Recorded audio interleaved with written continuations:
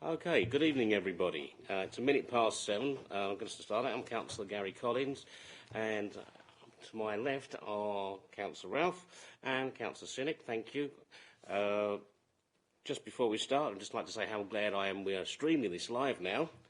And I would also like to ask members of the committee that if they do receive any hate mail or unpleasant elements, send it to me, and we'll deal with it together, and we'll make sure it gets sent to the police for them to investigate, so that we can follow up with prosecutions if necessary.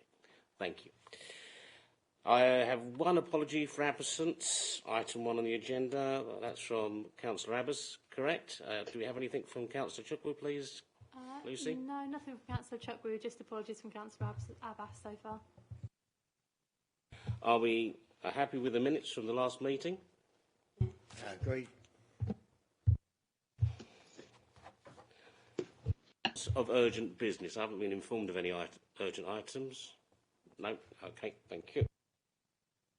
Declarations of interest. Anyone got any declarations of interest to make? No? No? Thank you.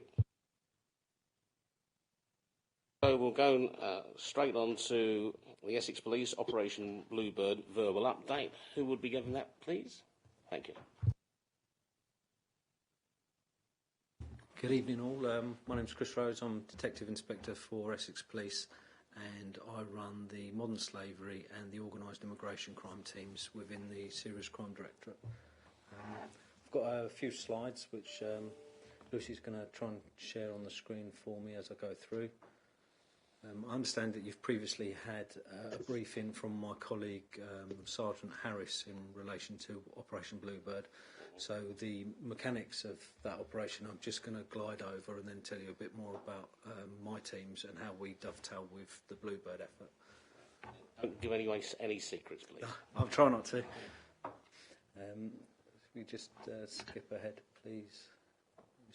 Thank you. So just to recap, Operation Bluebird is the reactive Essex Police response to organised immigration crime.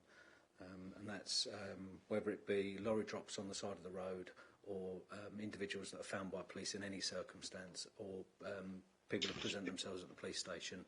If they've entered the country and they're undocumented and they've avoided controls, then they are subject to an Operation Bluebird response. If you just move on, thank you. Now, as you can just about make out on the graph, we've got a downward trend. That's August 21 to August 22. You'll note the big peak in the winter months, and I would be quite confident in saying that the numbers are going to escalate again during this winter as small boats and the channel crossing becomes more hazardous. Inland drops will be utilised by the organised gangs. So that's what we would anticipate. If you could move on. So the focus of Bluebird is to equip the attending officers with the tool set to deal with the event that has transpired in front of them. So areas of responsibility from the call handler to the initial response from the uniformed officers all the way through to the investigators and liaison with other departments, which can be the commercial vehicle unit, traffic officers, forensic capture. All of those inquiries are now mapped out for officers so that they have a library of resources to go to give them best practice and things to consider and help that's available. If you could move on. So in October last year, the NCA utilised the power. The director of the NCA is able to, under the Crime Courts Act of 2013, to request that a chief constable in their force area undertake specific tasks. So these are the tasks that pertain to organised immigration crime that was set by the NCA. It's to manage... Yeah, it's just on the mic's muted on. Oh, I see. It's manage and disseminate community intelligence, adopt proactive intelligence-led OIC investigations, undertake proactive haulage operations and preventative activity, improve intelligence gathering in respect of routes and crossing methods, effectively share information with law enforcement partners and record organised immigration crime related threat and audit disruptions achieved. That's a mouthful, but the key word to take out of that is proactive. So the Bluebird response is a reactive, overt response in that we have clandestine entrance into the UK, and this is what we're going to do to deal with them and mitigate the threat or the discomfort posed at that scene. But this requirement was for us as an organisation to involve ourselves in proactively targeting the gangs that are facilitating rather than the drivers that are dropping off. This is the people who sat far away, figuratively and literally, profiting from these offences. So that's what my team do, and that's how we differ from Bluebird. So in respect of managing and disseminating community intelligence, we have a strategic intelligence requirement, which is a document where it highlights all of the intelligence gaps, the priority gaps that we have, and where we have a coordinated effort between ourselves and partners, all of the resources that are available to us to try and fill those gaps so that we can build a bigger picture and get a greater understanding of this type of offending. So all of the relevant strands of intelligence in relation to organised immigration crime in Essex Police now go to a dedicated intelligence officer for research and development. So that's an investment of a member of staff within our intelligence team, and they are working with partner agencies, Border Force, Immigration and others, including often referring things to the councils, and they are building up a picture, an intelligence picture of who we think is responsible for the offending, so that my investigation team can then target them. So once the intelligence case is made, we have covert investigators that are able to then proactively target those individuals. If we have intelligence that is for trends or it's non-sensitive, then we have a monthly meeting that I chair, which is attended by many of the representatives from Thurrock Council, and we share the information on that call, best practice, areas for learning, and national trends, so that people can be prepared. So that's one of the things that we do in respect of this thing. If you tick one on. So adopt proactive intelligence-led investigations. This is what my team do. It's the first team in the country. It has officers that are vetted to a higher level. Can I just ask you to move? Sorry. Yeah. Sorry. Very soft voice. Yeah. I can't quite hear it, even on the microphone. So is that better? Yeah. Yes, we have officers. They're vetted to a higher level than normal officers, and they have access to covert tactics, which are beyond the norm, and the intention is to identify, disrupt and prosecute those that profit from organised immigration crime. So that's what we're about. If you could move on, please. Can I just go back to that last slide, please? Certainly. Sorry, can we go back to that last slide, please? Sorry, Chris. Yeah. I'm looking at the last paragraph. They're exclusively focused on organised crime group who pose a threat via OIC, where this threat is accompanied by other serious organised crimes such as drugs, money laundering and firearms. The teams will adopt it too. That begs the question, have we had any firearms uncovered or Not in Thurrock. Not in Thurrock, Councillor, to my knowledge, but my team have been responsible for recovering a handgun nearby, in one of your neighbouring districts. So what we find with these organised crime groups is that they will trade in commodities. Commodities could be human, and they can be drugs, guns, money itself, currency. It's whatever they can make a profit out of. So what we're looking for is these organised crime groups that are using people smuggling as a primary, secondary or tertiary business model, and then we will take them on holistically. So if people feature within their model, including firearms or drugs, for example, then we'll take the lot. Thank you. Thank you very much. So the next thing that we're required to do was undertake proactive haulage operations and preventative activity and improve intelligence gathering in respect of routes and crossing methods. So in relation to this, Sergeant Harris has may have briefed you on Operation Buffalo, but that's an operation that involves many partner agencies, and they use the strategic road network to target haulage vehicles that have previously been subject of stops, have been found to be carrying clandestine entrants into the UK previously, and they'll use the civil penalties team, for example, to follow up on fines that have previously been issued, which again undermines the lucrative nature of this offence. We have Justice and Care, who are they're an NGO, non-government organisation, and they're a charity, and they have funded 3 members of staff that work within my teams within Essex Police. One of them is the first ever victim navigator for organised immigration crime, and one of her jobs has been to go to detention facilities, engage with people that have previously been trafficked into Essex, and try to understand the route that they've taken and the narrative of that journey to feed back into our intelligence model so that we can better target them. So the final one is, the next one is to record threat and audit disruptions. We have scored vulnerable locations, strategic vulnerable locations within Essex, includes some in Thurrock, infrastructure sites, where we think that there is a higher degree of chance that there will be clandestine entrants dropped off. By identifying them, we've scored them for vulnerability, and by monitoring that score and regularly refreshing it, the intelligence that feeds into that scoring process can be assessed, and we can understand if we're having a positive impact on an area or negative.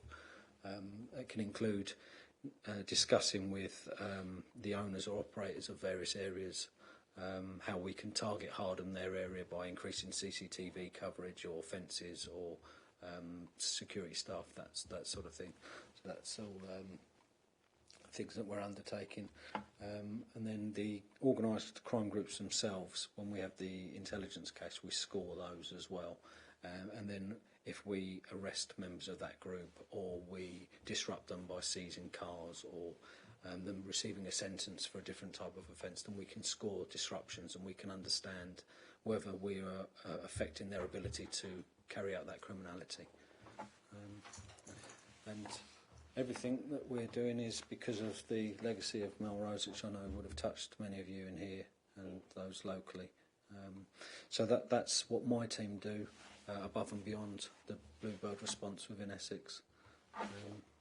If you've got any questions. Thank you very much, Chris. I'll just start off with a couple of questions and I'll pass it over to my colleagues. Talking about Operation Melrose, that basically grew from nothing. We were under the illusion or the impression there was no human trafficking going on through our ports, and that was we're very proud about all the rest of it. And then we found these 39 people dead in a lorry.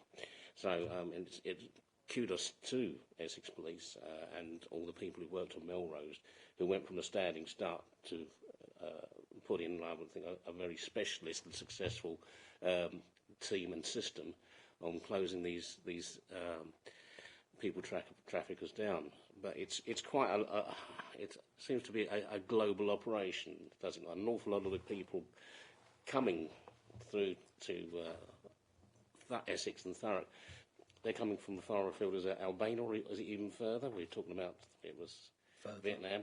Yeah, further. Vietnamese. You can see politically where there's unrest in any part of the world.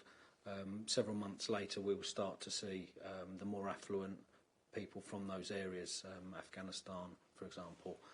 Once the drawdown occurred with the military forces there, within a few months there was a trickle, and then more people access those gangs and make the voyage, which is often perilous and extremely expensive. So, can I just get this right in my head then? Are most of these people just trying to escape terrible conditions from home? They're not necessarily active terrorists? No, absolutely not. It's extremely difficult for us to understand the lifestyle and the push and pull factors that are encountered in various communities across the world. People are travelling here to escape persecution or to improve their lot in their lives.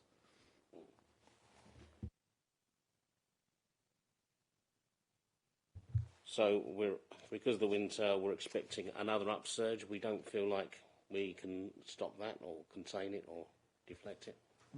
Well, we've put in place the various operations in an effort to mitigate it, but it's extremely lucrative, and the demand is so great for tens of thousands of people that want to cross to the UK. Small boats has been by far and away the preferred choice during the summer months, as that becomes more dangerous. As the weather turns and the crossings become more treacherous, I would anticipate an upsurge in inland events, which will be of the nature of lorry drops that we've seen in the past. Thank you. Thank you very much. I'll just pass over to my colleagues. Councillor Ralph. Yeah, hi, thank you. It's obviously quite an emotional topic in Thurrock due to the 39 that were found in our container. What level of prosecution are we seeing? As you say, we are looking at in January, which is going to have a more inland spike. I do remember last January where we were having even coaches turning up with people underneath them and things like that. Are we making inroads into these gangs? Are we prosecuting them in this country, and are they leading to further prosecutions to their homeland, where some of these people are paying their life savings to get out of their country to come here? Are we seeing any of that? Yeah, so in respect to the gangs that are operating on the continent, any information that ourselves or our sister agencies, Border Force and Immigration, etc., any intelligence that they get is sent across, and the law enforcement in those countries are made aware and can target said groups. I can't give specifics, but we have 2 scored gangs or crime groups within my team at the moment, and they have links to multiple other countries, and we liaise with those other countries and share information to be better equipped to tackle them holistically. Slightly different subject, but my modern slavery team have got a JIT, which is a joint investigation team, and it's a signed contract with law enforcement in 2 other countries, where they investigate the other end of the job in their own sovereign borders, and then we pool resources and information and share it to prosecute offenders wherever they are, or seize assets. So that is what we're working towards, but of course the way our law enforcement works is we are ordinarily or typically have been governed by the borders of the county, but my team's across border, so we'll deal with things across the UK and reach further where necessary. Yeah, thank you. Yeah, I understand that. Obviously, it can be very difficult. Once they do make landfall, they just spread out. So your action plan and proactive plan is not just about tackling where they come from and who's organising it back there, but there must be somewhere over this side that are organising them to get jobs or homes to move on after that. I guess your undercover investigations form a part of that as well. Yes, so there's 2 models. There's people trafficking, which is where at the end of journey's destination they are or likely to be exploited, and that's where they'll go into other criminality or be compelled to work for low pay. We're all familiar with that.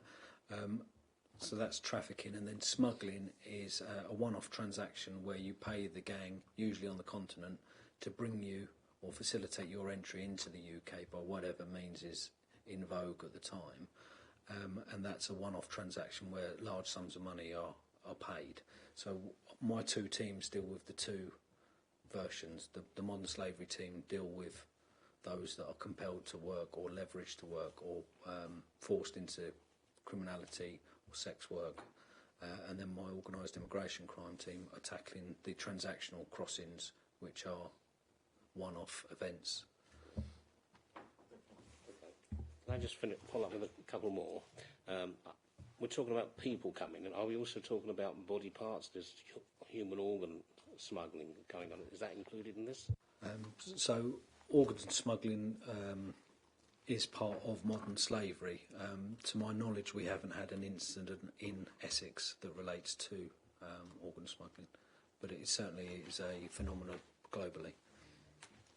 And is there a trade in fetuses? Again, not that I've ever been made aware of in Essex, but it is a recognised global phenomenon. Thank you very much. Does anyone have any other questions to ask? Oh, no. Well, thank you very much, Chris. It's very interesting and informative talk. I look forward to the next one. Thank you very much. Thank you for your time. Goodbye. Are you going, or? I'll stay. All right. I'll stay because you're going to talk about modern slavery, and I'm quite happy to listen and maybe assist. Okay, then I wasn't trying to throw you out, but thank you very much. Okay, then if we just go into the next item on the agenda, and this is from Thurrock, data comparison presentation. Thank you. Thank you, Councillor Collins, for inviting us back. Can I just share with you that I've pulled 2 muscles in my back. So if I start leaping about and moving, it's not because I'm not listening, it's I can't sit for very long. So just to feed back to you a couple of things that have happened since last time we met. We talked about male sexual violence and abuse, and since that date, a male who works with the Male Survivors Network has run an awareness session with Thurrock professionals about male sexual violence and abuse. And he's also, I think, Michelle, you can maybe provide the date. He's also about to provide an awareness session with Thurrock counsellors. I'm not quite sure what that date is, Michelle. It's tomorrow night, Sheila. Oh, it's tomorrow. And it's online, yeah? So I just wanted to share that with you as we took action from the last meeting. One of the things that's become evident so far is that people, when you're speaking about male sexual violence and abuse or female sexual violence and abuse, people tend to conflate sexual violence with domestic abuse. And it's often quite difficult to keep people on the topic that we're actually talking about sexual violence and abuse, not domestic abuse. So I think that happened to him in the first session. So we'll see what happens in the session, the further session. But he really enjoyed doing it, and I think it was a really important thing that we did. We'd like to share with you some slides. So Rebecca's are you going to do it, or is it Lucy doing it? Rebecca, if you can do it, but if not, I can. It would be great if you could, Lucy. Okay, give me just Thank 2 you. minutes. I've just got to get my presentation up. So while Lucy's doing the techie stuff, I'd just like to share with you a little bit of background about Thurrock, so that I'm not sure that you all know. So we are the lead partner of Synergy Essex, which is a partnership of 3 rape crisis centres in Essex. And we provide services to all victims and survivors of all forms of sexual violence and abuse throughout Essex. We, Thurrock, are actually based in Thurrock and have been since 1984. We provide ISVA services, which is independent sexual violence and abuse services, and we work very closely with Essex Police. We provide specialist sexual violence and abuse counselling, advocacy, child and family work, and that's quite unique, actually. To have a child and family service focusing on sexual violence and abuse is not something that's common all over the country. So Thurrock should be really proud that you're doing that. Thurrock has shown innovation in this area of work over the years. We take referrals from the SARC, which is the Sexual Assault Referral Centre. We take direct referrals from Essex Police and have a pathway that we also call navigators. I think the officer there mentioned the term navigators. It's obviously a very in word to use. And I think Rebecca said that a third of our referrals are actually direct self-referrals from Thurrock residents. So we provide quite a comprehensive list of services. So if we could see the slides. Yeah, let me just load them up. Right. You just got to wait, sorry, for my internet just to get the slides up. There we go.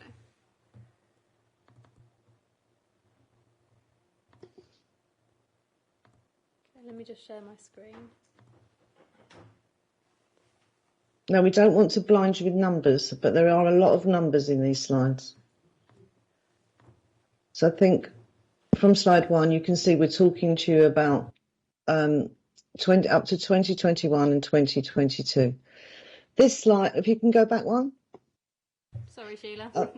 I think you all had the slides in advance, so this makes quite clear what crimes we're actually talking about. And actually, if you look at the detail in the links, then you can see why women are disproportionately affected by sexual violence and abuse. That's not to say that men aren't affected, they are too, but we're talking about the disproportionality really and why that is, and some of that is linked to the Sexual Offences Act. And the data that Becky's about to share will show why there needs to be a violence against women and girls strategy, and the violence against women and girls strategy nationally also deals with FGM and honour-based violence. I think I explained to you last time that the Home Office were writing a violence against men and boys addition to the violence against women and girls strategy, which they've done. But there is some way to go, because obviously it feels like there should be a separate strategy, but we in Thurrock, I'm afraid, aren't in control of the Home Office, sadly enough, to make that happen. But that's just some background links for you to have a look at. Next slide. I'd like to hand over to Rebecca, who's going to take you through this. Good evening, everyone. It's nice to see everyone again since last time. And what I've done this year is I've put the comparison slides that I presented last year, so that you can see the comparison between last year and this year. Can I just say, Beck, just to clarify everyone, this is Thurrock only data. Even though we provide the whole of Essex, this is just Thurrock. So how many victims and survivors and their families reached out for our specialist sexual violence and sexual abuse support services in Thurrock over the last financial year? And that runs from the 1st of April 21 to the 31st of March 22.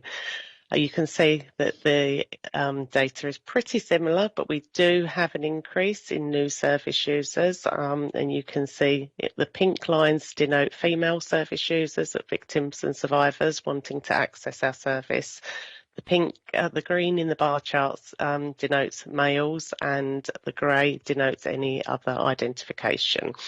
So you can see from last year to this year that we had a small increase, but maybe it looks a large increase in terms of the smaller population in Thurrock. We have seen an overall increase in all of our areas. Could I have the next slide, please? So how old were the victims and survivors that used our services? And you can see again, the figures are pretty static between last year when we were in the lockdown period and the last financial year up to 31st of March 22. However, we have seen an increase in the 18 to 24-year-old age category, and we've also seen an increase in the 13 to 17-year-old category. We believe that this may be due to the lockdown restrictions being removed and more younger people being out in the community and maybe at further risk of sexual violence and sexual abuse. Could I have the next slide, please? So how many incidents were disclosed to our service, and did those survivors choose to report to the police or not? So within our service, we provide all of our services that Sheila mentioned, the counselling, the independent sexual violence advisor to victims and survivors, whether they've reported to the police that crime or not. So this year, in the last financial year, we saw 587 different incidents disclosed to our service. So that was 529 service users disclosing 587 incidents of sexual violence or abuse. This could have happened recently or a long time ago. So research shows it takes 5 to 10 years for a victim survivor to build up the courage to speak to anyone for the first time about their experiences. Could I have the next slide, please? Okay, so incidents reported and not reported to the police. So in the year 2021 to 2022 slide, which is on the right, you'll see that 346 female survivors reported the incident to the police, 21 males and one other. So you can see that we've had an increase in not reporting to the police, and we've also, in the next part of the bar, had an increase in those that have not reported to the police. We've historically seen reports to the police of sexual violence, sexual offences increasing year on year. Could I have the next slide, please? This is a table provided by Public Protection, Essex Police. We work very closely with their first contact navigators and Essex Police, so we have a direct referral pathway. We've been very fortunate in Essex to work very closely with those officers, and we're one of the only places in the country, Southend, Essex and Thurrock, to have a direct referral pathway for any victim or survivor that reports a sexual offence within 24 hours of that report being made to the police. So you can see obviously an increase in recorded sexual offences in Thurrock, 401 taken from the Athena records in the previous financial year, and 462 in the financial year 2021 to 22. Often there's a misconception that most sexual offences are reported on a Friday, Saturday or Sunday, but here you will see the highest reports of sexual violence and abuse are reported on a Thursday and Friday between 1 and 3 p.m.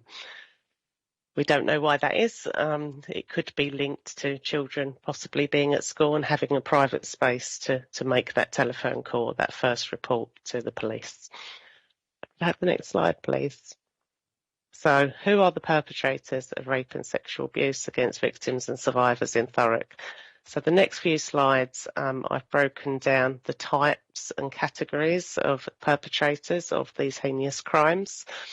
So looking at family members, what I've done is compared one year to another year. And again, you can see the numbers of perpetrators in each category are quite static. We have seen a slight increase in parent step or adoptive parents being male perpetrators, but it's a very small increase across all types. Could I have the next slide, please? So we're going on to perpetrators in Thurrock who are a friend or acquaintance. Again, you can see the numbers are pretty static apart from friend, where we've had quite a large increase in the last financial year committing sexual offences against people. Could I have the next slide, please? So where we're looking at the perpetrator type being an intimate partner, we've actually seen a decrease in partner or spouse committing offences of sexual violence or abuse in the most recent financial year. So it's dropped from 95 to 76. We think that in the previous financial year, in the green bar at the bottom, that we had more perpetrators who are a partner or spouse, because victims and survivors may have been on lockdown restrictions and stuck in the home with the perpetrator. So we think that that's why it may be higher last year. Could I have the next slide, please? Okay, and looking at stranger attacks. So we've looked at all of the other perpetrator types so far. They're all much higher than stranger attacks. So there's often a misconception that it is the stranger in the dark alley that attacks victims and survivors. But actually the most common type is somebody known to them or a family member. Rebecca, could you explain we use the term stranger one, stranger two all the time. Yes. I think we're assuming that everyone knows what Sorry, that is. yeah. So stranger one will be somebody that does attack you. You've never seen them before.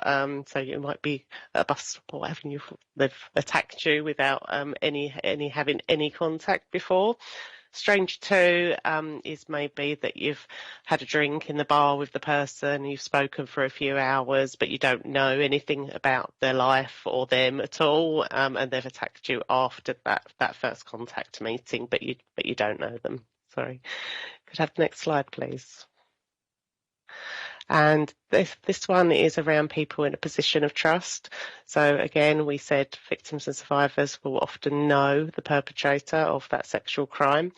They're quite low numbers in Thurrock, thankfully, and are broken down, as you can see, between work colleagues, member of faith group, doctor, babysitter, multiple different types there of people in position of trust. We haven't seen much difference in the numbers in those either. Could I have the last? Oh, that is the last. No, that's it. Last slide.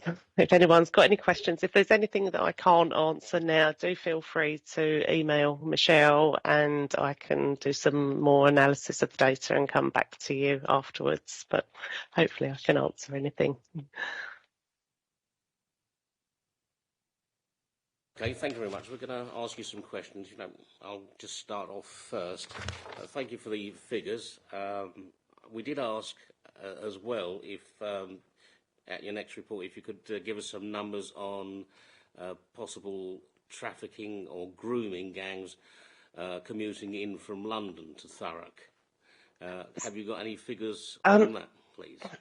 So in terms of sort of groups of perpetrators, we don't have any figures in terms of those that have used our services in Thurrock. However, we do have some statistics around our Southend area. I can give you some more information about groups of perpetrators, but they're not grooming gangs, etc. We have one of our survivors, all of the group that attacked them was known to them. Another one survivor, all of the group that attacked them, they were all related to them. We only had one service user who the group of people that attacked them were all unknown, and that was after a night out locally. And 3 of the victims and survivors who used our services, some of the perpetrators were already known to them, so we don't have any sort of trafficking or any of those types of data for you. Unfortunately, those have not used our service. So the good news then, Councillor Collins, is probably from our data, it looks like we haven't got a grooming issue in Thurrock. I mean, I wouldn't want to state that as a fact, but from our data, the police, of course, might have different data to us. However, we do have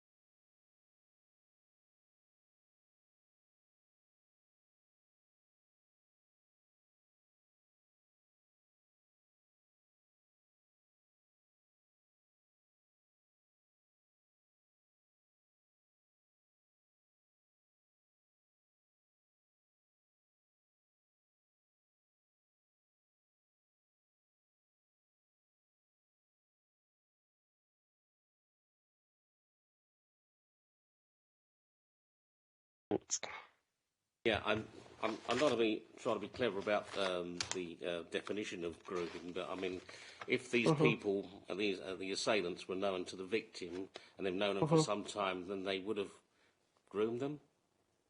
Yeah, I think, Councillor, yes. It's the definition of words. I think in our world, when we're talking about grooming, we get into the whole thing about grooming gangs. But you're right. Anyone that assaults a victim, more than once, they're grooming that victim. Okay, and one more question before I hand it over to my colleagues who are champing it a bit. I noticed we got some demographics, next partners, and all the rest of it. I was also noticed this in the HM government tackling violence against women and girls. It wasn't very specific. I mean, we've got a good idea. It's FGM isn't carried out by Anglo-Saxon white Protestants, or Catholics for that matter. Why don't, in all these reports, do we specify from which part of the community or demographic they come from who carry out these particular crimes, please? Well, in my work with government departments, Councillor Collins, that is mentioned and is said. I think it's for the government to answer why they're not prepared to put that in any other documents that you've seen. I couldn't really comment on that, but I have seen it mentioned. Well, could you tell them I mentioned it as well, please, next time we I will. Tell I will. them Gary said, because Okay. I Gary used to be a said, troubleshooter. Okay. Yes, that as well. And I always found that once you got your name and someone said, well, we can't do that, I used to say to them, well, tell them Gary said. Okay. So Gary said he wants to see the demographics of who's committing the crime and who the victims are. Please. Okay. I think Councillor Collins, you might. You might see different things being written. Now we've got Suella Braverman as Home Secretary. It might change. She was also talking about common law, using common law at one particular time, which has my full support. So when you see her, tell her, she has my full support.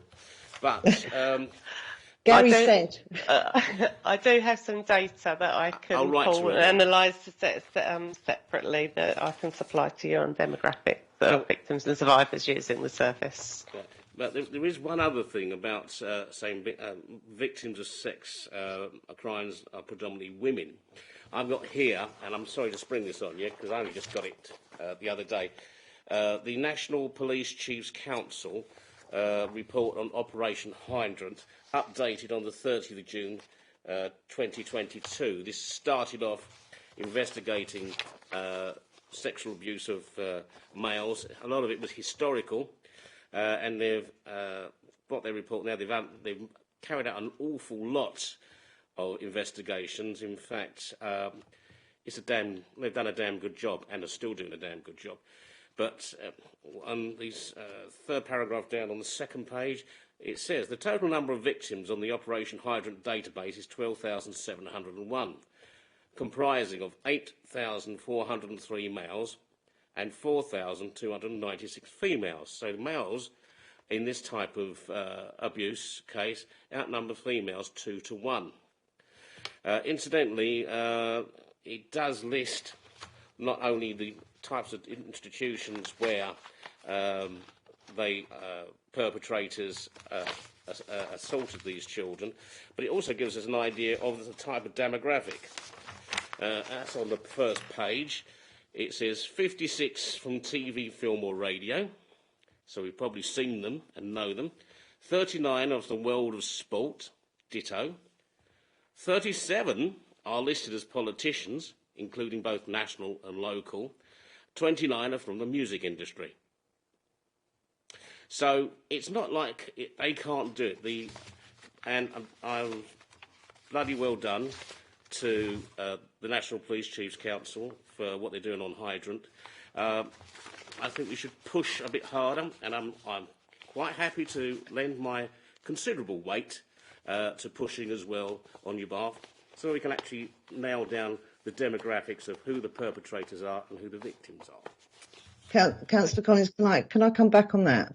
Yes, please. I've been working with Operation Hydrant for 7.5 years in terms of the independent inquiry into child sexual abuse, and it was the independent inquiry that set up Operation Hydrant.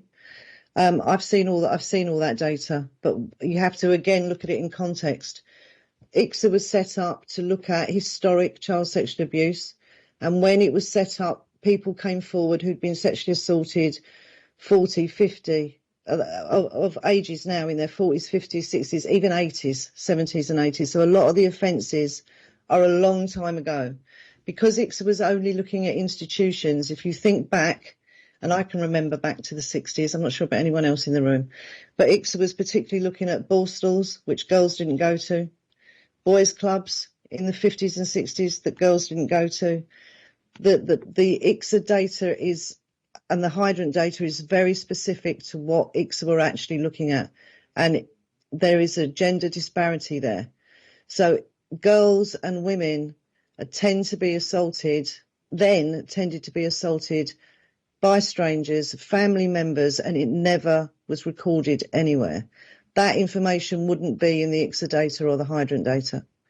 So I can explain it to you more another time if you'd like me to, but it's not as clear as you're saying. It's quite complicated, the Hydrant data, and it's because of the parameters and criteria of ICSA. Thank you for that explanation. I do understand that. My particular concern has always been perhaps they're not looking in areas where boys are more likely to be abused. There's a very strong bias towards women and girls. I can understand that. But being a father of sons and grandsons, and a grandfather of grandchildren, I'm particularly concerned that they're not left vulnerable too, and that's why I keep raising it. Yeah, and I understand that, Councillor Collins, and I think we're all concerned about men and boys too. It's not that we're not. But if we're talking about Thurrock, then I think the data shows what's happening here. There needs to be more work done to enable boys and men to speak. That's certainly true, but it's the same for women and girls. I understand what you're saying, Councillor Collins. Thank you. I've hogged you enough. I'm going to pass you over to my colleagues. Councillor Ralph first. Thank you. Thank you for that presentation. And yeah, I think with the update compared to last year, there's a minimal increase, which is also certainly concerning. One thing that did strike me was the amount of people that report to the police with the figures that you use. Are they readjusted when those cases are found to be false allegations, or are that data still there showing? No, we don't. When we're providing services, we provide services to victims and survivors of sexual violence. In terms of cases that are found to be false allegations, that we don't receive that referral from police. False allegations are found to be a minimal percentage of sexual offence reports to police, and is considerably less than, example, car crime, insurance fraud, etc. You'll find many more false allegations in those types of offences. I would say in the whole of Essex, from our data from all of our centres, we had 3 false allegations in the last financial year out of 6,500 service users that we've seen across the whole of Essex. Okay, it's just that when we come to a common allegation in fighting for custody of children is that they sexually abused me or tried to rape me, and that goes on to our social service team. That then reference to say they should get therapy, and sometimes those allegations turn out not to hold water when it comes into trying to get access to children. I'm not saying that these figures are not accurate. I'm just saying I'm just concerned that when we look at the social service side of it, where allegations are made by certain parties to try and help them get access to children, that you may be open to taking those on as well, that are not 100 genuine cases. I think, Councillor Ralph, the work that we're doing is with complex victims who've got complex needs. If we're talking about the social services world, most of our victims are not involved with social services at all, so it's slightly different. And we're also talking about the family courts, and we have very little to do with the family courts. So I think your concern is something that may be better raised with the police than with us. So we do not work with a lot of victims who make false allegations and end up in family courts, and are dealing with social services trying to get their children back. That's not part of our world. And I think within the family court, the wishes and the needs of the child are always explored. Children are interviewed separately, and the facts are always established in fact-finding hearings within the family court. And again, like Sheila says, we wouldn't be referred those cases. And again, across our service, there's been 3 out of 6,500 in the last financial year. Okay, thank you. It's just obviously a lot of your report was heavily on who actually went on to report it to the police. So I was just questioning those figures. Thank you. Councillor Shinnick? My question is, within the reported cases, how many cases people are prosecuted within that? Well, Councillor Shinnick, what fantastic question. This is an issue nationally about convictions. Conviction rate is at the all-time low, and COVID has not made this any better. So we've had a low conviction rate anyway. Then we had COVID, which delayed court cases. Then we had barrister strikes, which has delayed court cases again. So currently, victim and survivors in Thurrock are waiting somewhere between 2 and 5 years to get to court. Often the 3, 4, 5 year end.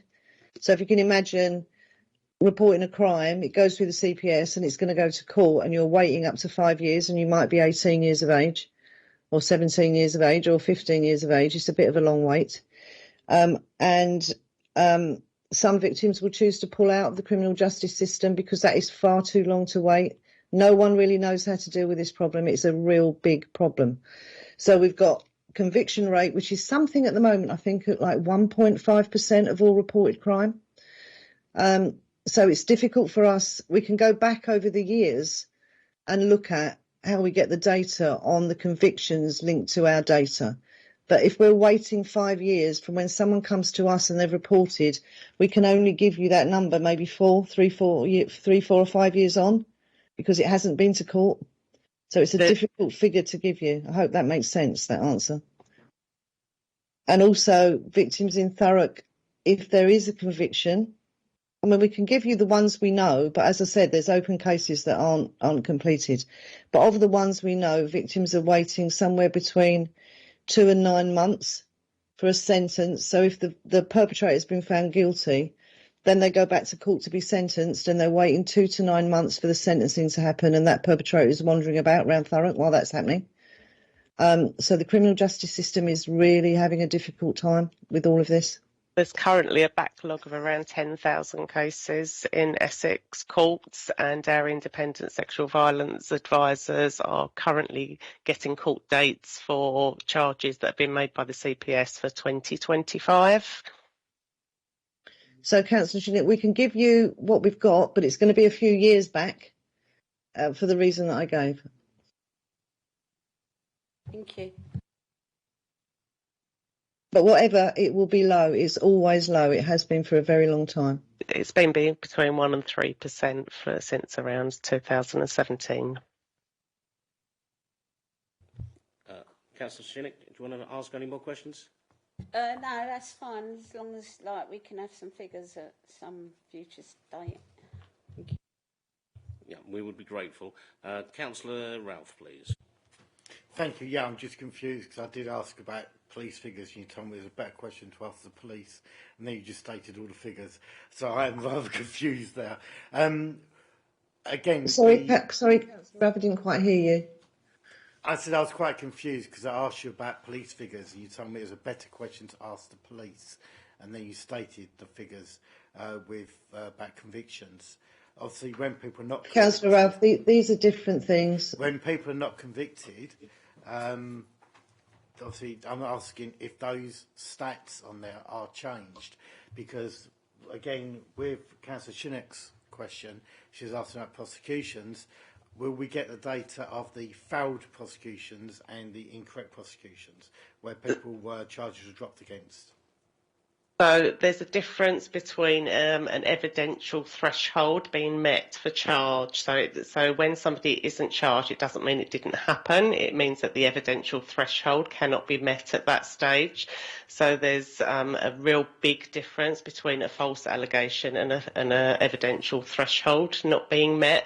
Again, we don't receive all of the referrals from the CPS and Essex Police, so the government have recently designed a data dashboard for each of the areas in the UK. We can actually go on to the government's data dashboard to see how many cases were reported to police, how many went on to a CPS charge, and how many of those cases ended up at court. So I'm more than happy to send the link for the data dashboard, and this came out of the end-to-end rape review. So Thurrock currently sit on the panel for the government's end-to-end rape review, and there have been a number of recommendations made at that panel to increase prosecutions of rape across the UK. More than happy to send out that link to the data dashboard if that would help. Yeah, that would be absolutely perfect. Thank you. Mm-hmm. Yes, we would like that. Yes, please. All figures are gratefully received. Okay, I'll get that sent out. I do have a question, if Councillor Ralph has finished. Yeah, okay. The government was talking about new special courts to knock back the backlog of these rape trials. Has any started yet? You're talking about the Nightingale courts that Yes. were open during COVID. Unfortunately, we did not have a Nightingale court in the east of England, so our CPS region that covers the Thurrock area falls under the Eastern Region CPS office, and unfortunately we didn't have a Nightingale court covering the Eastern Region. However, under the end-to-end rape review that I just mentioned, they are starting a pilot of specialist sexual violence courts. They're running out a pilot in tranches of 5 across the country. Our nearest one at the moment that started on the 1st of October was Snaresbrook Crown Court.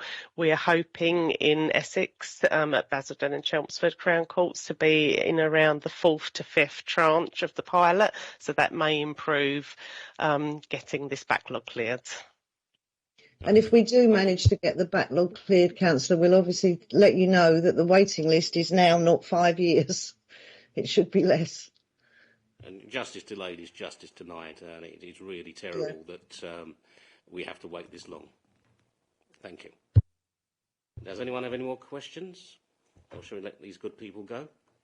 Thank you for your attendance, everybody, tonight. I really appreciate your candour and also your hard work. And we think you're doing a very good job, a very difficult job, but you're doing it very well. And you have our full support. If there's anything we can do to help, please don't hesitate to approach us.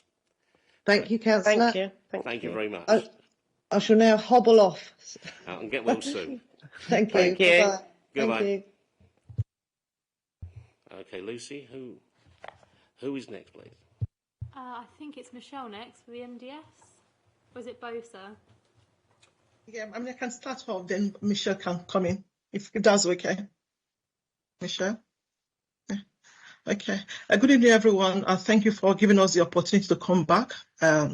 First time, this strategy was presented by Fran Ledra last year, and you asked for a standalone strategy, which we now have. We have a standalone strategy with a 3-year plan, which was published last month, 27th of September, 2022. So it is a joint strategy between adult social care, children social care, and a community safety partnership, and they will get the annual report as well. So these papers will allow members opportunity to scrutinize the implementation. I'm hoping that you already have the strategy. Yep, Michelle, was that saying? Yeah. Okay, yeah, thank you. Okay, so what I would like to do is to go through some of the improvement achieved and the positive outcomes. As Chris has provided data and around what the police are doing, I'll try and focus on what we are doing in adult social care. We have been sharing messages via Thurrock Council social media on what modern slavery is, and this will continue. We are in the process of developing a draft modern day slavery pathway for first responders, and professionals are made aware of a potential. Once the professionals are made aware of potential victims of modern slavery and human trafficking, so there is a pathway for them to follow to be able to report accordingly, and this will be published at the end of the month. We've also developed a list of resources that we put on the Thurrock Safeguarding Adults board website, and we're just about to finalize it. We actually planned an event for this month, October, but because of the low numbers, we're currently in discussions on how we can proceed with it, so we may have to do it virtually. And also, we are planning a partnership event in the beginning of the new year. This event will share the latest updates and guidance from leading experts on tackling modern slavery. It will provide practical information on what to do if individuals come across a case of modern slavery. So there will also be an opportunity to discuss a case of modern slavery and highlight where victims can access support from. The event will also increase awareness of the resources available and provide valuable networking opportunities with colleagues in other agencies and frontline staff as well, both in adult and children's services, and our head colleagues as well. The Thurrock Safeguarding Adult Board are currently reviewing the content of the modern slavery page on the website as well. There is a regular training program planned for staff and partners. This is delivered by our partners, such as the SS Police and Justice and Care. So far, 64 individuals have attended 4 sessions of this training. These include attendants from adult social care, children and community partnership colleagues, and which is ongoing. Also, to offer consistency and collaboration across documentation, there is a Southend SS and Thurrock modern slavery 1-minute guide, which has been completed, and that's on the internet as well. We did plan to have a pop-up event on the Grace High Street, which will give us an opportunity to engage with members of the public on the 14th, which is the anti-slavery campaign. So what I wanted to I wanted to just find out with members if there's anything that we can do to help, because as you can see, there are a lot of ongoing awareness, and we'll continue to review the delivery plan annually as well. And we know that members are key to this agenda of raising awareness in our community. We will please like members to support to get the message out in the community. Please, if you could let us know if there's anything we can do to help. Before I open it up for questions, I want to find out if Michelle, if you want to add anything to it. What I wanted to quickly say as well is I'm aware that we are working with small businesses to have that statement on modern day slavery. Michelle, did you want to come in? So. I think you've probably covered most of it, Bowser, and it's in the report, so it might be best just to go to questions. If yes, members please, have got Michelle. questions. Okay, who will be answering the questions? Yourself, Michelle? Either of us. Be me or Bowser, whichever, Yeah, whether it's community safety or adult safeguarding.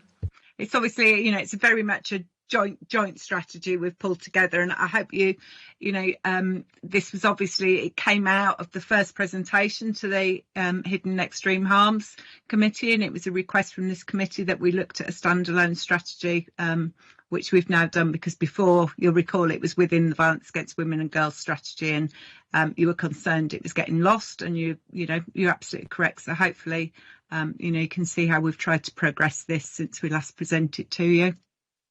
That's great. Thank you very much indeed. It's much appreciated. I'm just looking on page 26, point 2.1 or 210. Thurrock Council have published a modern slavery transparency statement. The requirement of these statements will only apply to larger businesses with an annual turnover of a threshold of 36 billion or more. Nationally, SMEs, small and medium businesses, make up 99% of all UK business and employ 16.8 million. Understandably, the more restricted in terms of resource they can dedicate to mitigating the risk of modern slavery in their operations. Our delivery plan outlines how Thurrock Council plan to support these businesses operating in the borough. Activity examples include similar ethos to central government. Getting them to sign a transparency statement and recognise and celebrate those that do so. Furthermore, we're encouraged to make use of a modern slavery SME toolkit, which was designed specifically for this sector. That's all very good. How will you deliver this stuff? Will you be sending it out in the rates demands, or will it come as a separate letter, or is it going to be done on the website? Can you tell me, please? Anyone? Yes. That's all gone out through Business Buzz. So rather than recreate something, we're obviously, not the specialists in some of these areas. I think it Stop the Traffic have created a toolkit for all small and medium businesses, which I found after the last meeting when you asked about how we were getting this message out. So that's gone out a couple of times now through the Business Buzz, which I think you've seen some of the stats from communications as to how many of our local businesses are signed up to it. Obviously, we can't make any business do this, they because of the size of them, it's not a duty on them as yet. What we'd like to do next, and we haven't got the agreement through comms yet to do this, but the plan is to go out to businesses and encourage them to produce their own statements or sign a pledge rather than a statement, sorry. So to create a pledge and ask them to sign up to that, and then potentially have something they could put in their window that says they have signed up to this pledge. So, if someone wants to select which nail bar they're going to, and there's a choice in the high street. They might choose, hopefully, to select the one that's signed up to this pledge. So that's a work in process that we need to do more on. But you know, I appreciate your thoughts and ideas as to whether you think that would be a good way to try and progress this forward with the council's support. Yeah, I'm fully on board with that, Michelle. Thank you very much and very well done. It seems to be one of these things we can't do as in one big hit, because it's like being hit by a wave. When it's gone, you forget about it. So it's got to be sort of regular in steps and stages, and also just keep up the pressure. Thank you very much. I've also got another question on page 27. Just a bit of clarification on the training, because all training is good.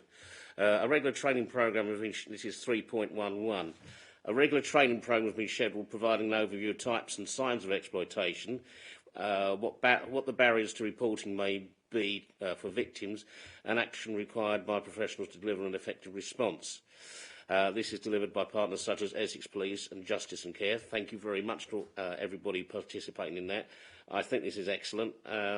This is all targeted at council officers, or are we getting other people in as well for this training, please? It's going to be our partners. Yeah, council officers, frontline staff and partners, both in head and, if possible, voluntary organisations as well. Great. That's a great idea. Thank you very much indeed. It's much appreciated. I'm looking over to my colleagues now, who appear to be champing at the bit to ask you questions as well. So I'm going to, it's no surprise, to pass you over to Councillor Ralph first. Thank you. Thank you, Chair. Yeah, thank you. It's great seeing this from where it was, and now the embellishment you've done on it and the work that's been done on it has really brought it more up to what we were thinking. Just looking at some of this stuff, it's how to get the residents and our public to be more alert and more aware of what could go on around now.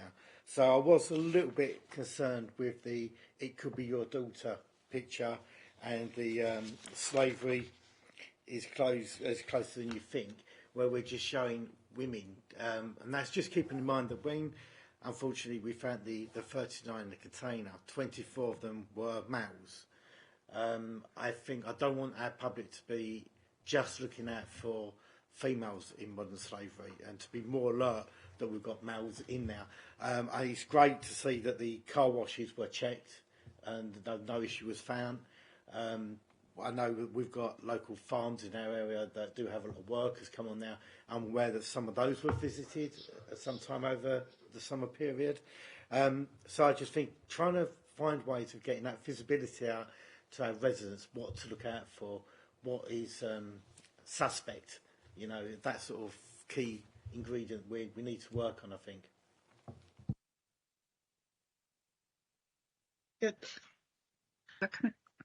Yeah, definitely a good one. I mean, you've just picked on Councillor Rev. That's something that we'll be looking at. I mean, it's subject to annual review, so we can definitely include that. So it could be your daughter or son.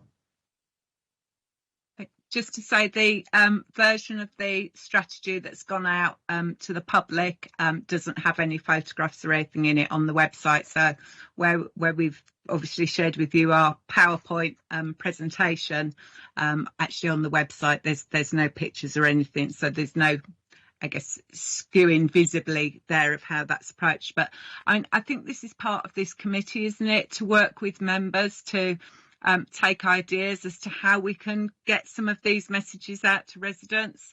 As Boza says, it's Anti-Slavery Day on the 18th of this month, and we were going to go and do something then, but it's had to be cancelled. So on the 14th, we're in the High Street promoting National Hate Crime Awareness Week, but we'll also be focusing on anti-slavery and giving some of those messages out.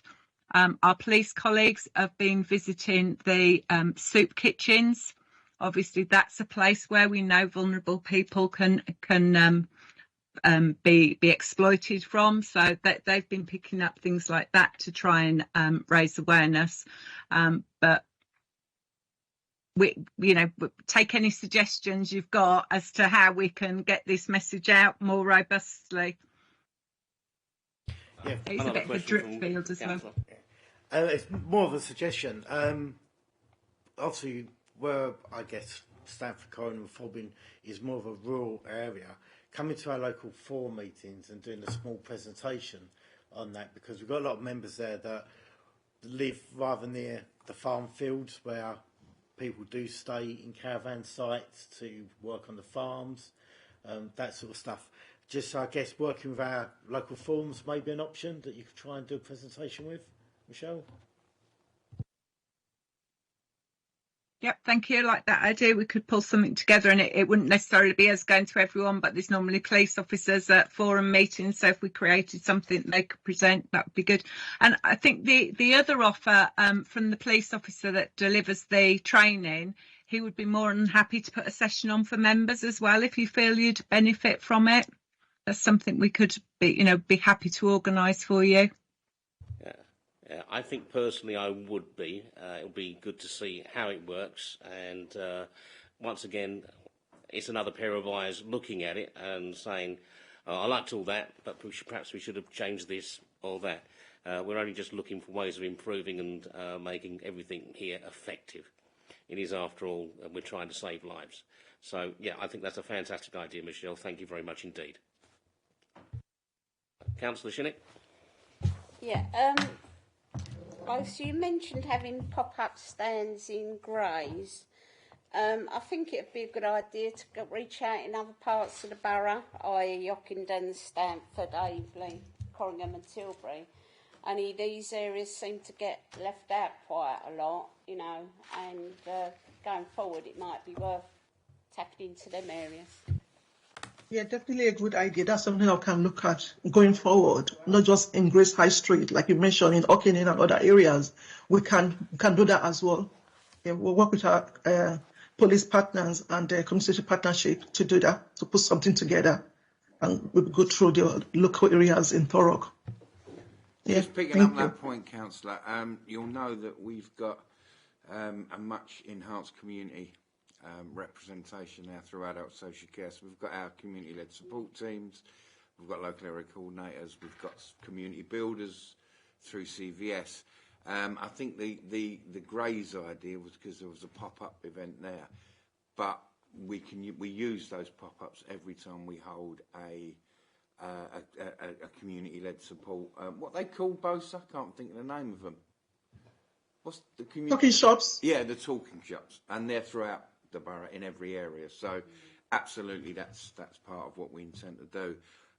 Because you're all right. The biggest issue in some ways about modern day slavery is having as many eyes and ears as you can out there who can report when they see things that they find suspicious, because it's remarkably difficult to see sometimes. So the more of that, the better. I think the idea of training some members as well so that they're more aware of what to look for is a really good one. But as Bosa said, we're also talking about everybody who's a first responder. So everybody that goes out and sees somebody in a given situation, to just look for those little small indications that there might be something that isn't quite right. So any ideas you can come up with apart from that, but please be assured it will be all across Thurrock. Sorry, can I just come in on that? Thank you, Les, for the prompt there, because that team you mentioned, they've all attended the training. They were one of the teams that we really targeted because they're out in the community, and I took them a ton of literature and information. So when they've got those talking shops, there's information there and available for the public. And as you say, that's across Thurrock. So we have used that route as well. Yeah, I'd just like to come in before I hand it over to Councillor Ralph. It's 3.4.5, that point here that there was alleged cases of modern-day slavery occurring in Leicester apparel factories.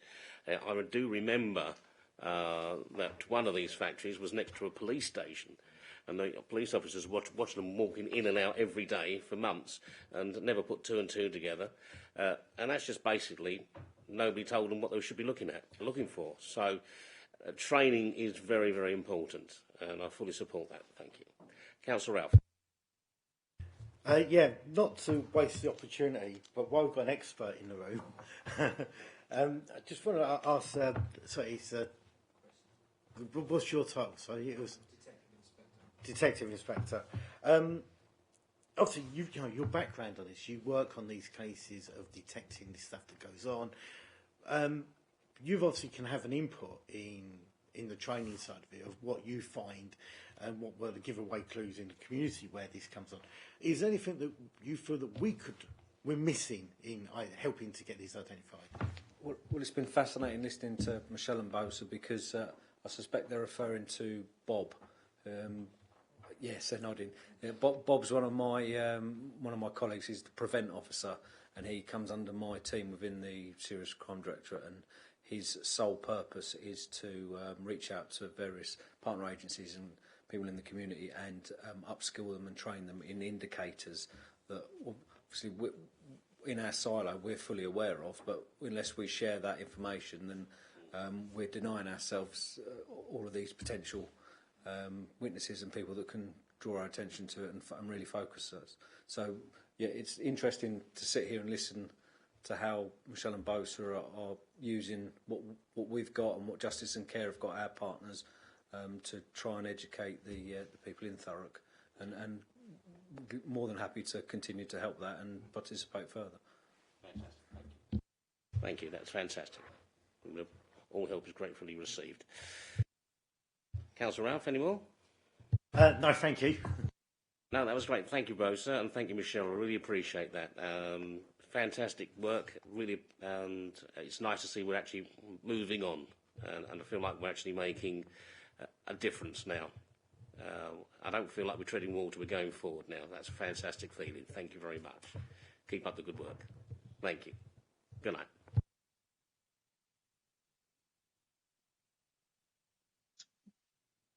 Who are we doing this with?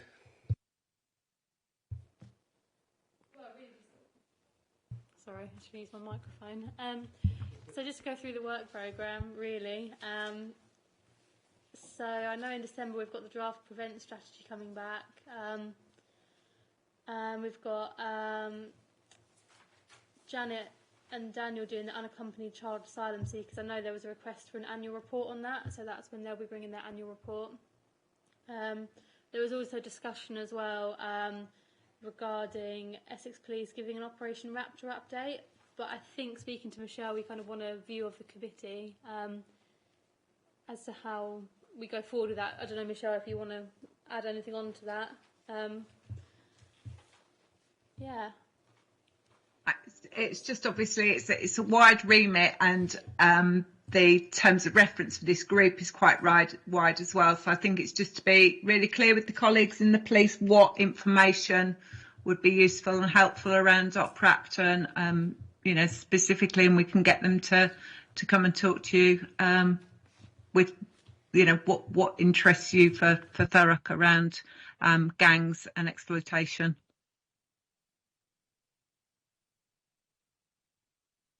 Okay, yes, that would be great. Thank you very much indeed. We'd like that. We're also. Does anyone else have any concerns they want to raise, please? Yes, Chair. I think we had a conversation about getting a anti-terrorism update. I know December being around the time of high security at shopping centres and stuff like that. I didn't know if that was going to be coming this year. Yeah, we'd appreciate that if and give us an idea of where we stand on the alerts, how serious it is, please.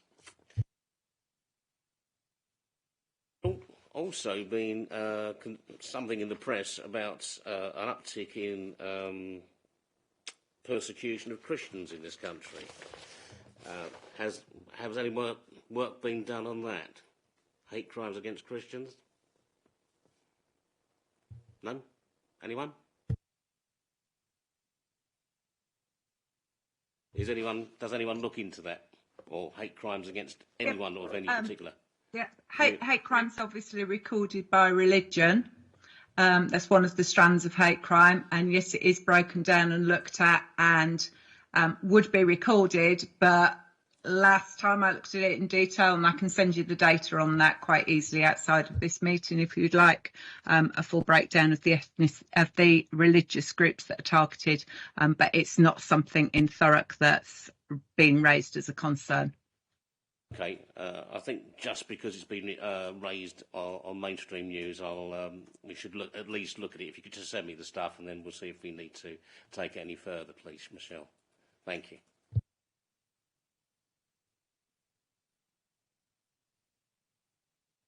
And has there been any upticks in other types of hate crime? Any concerns? I was at a meeting this morning, and I can assure you there are no repeat victims, locations or areas of concern. Good to hear. Thank you, Michelle. Anyone else want to add anything to the work programme?